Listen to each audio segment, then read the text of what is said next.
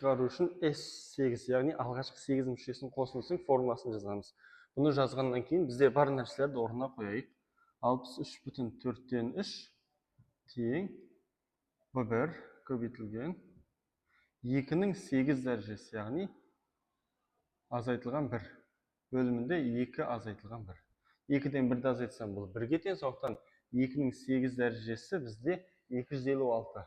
Одан 1-ді азайтсам 255. Сонда 63,4-тен 3 тең 255 көбейтілген B1. Бұдан B1-ді табу үшін қайсына бөлем дегенмен балалар өте шатастырады. Сондықтан мен мынандай әдіс қолданамын.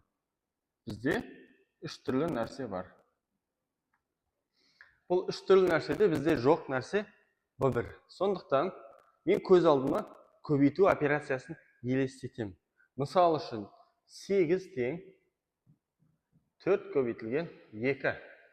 Яғни менде B1 жоқ, ол бұл жердегі 2-ге ұқсайды. 255 мына жердегі 4-ке ұқсайды.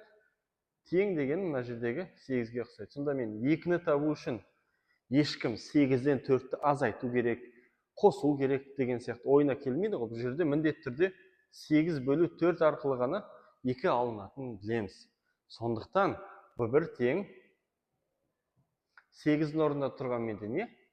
63,4-тен 3-ті бөлуім керек 255-ке, яғни мынаған, е.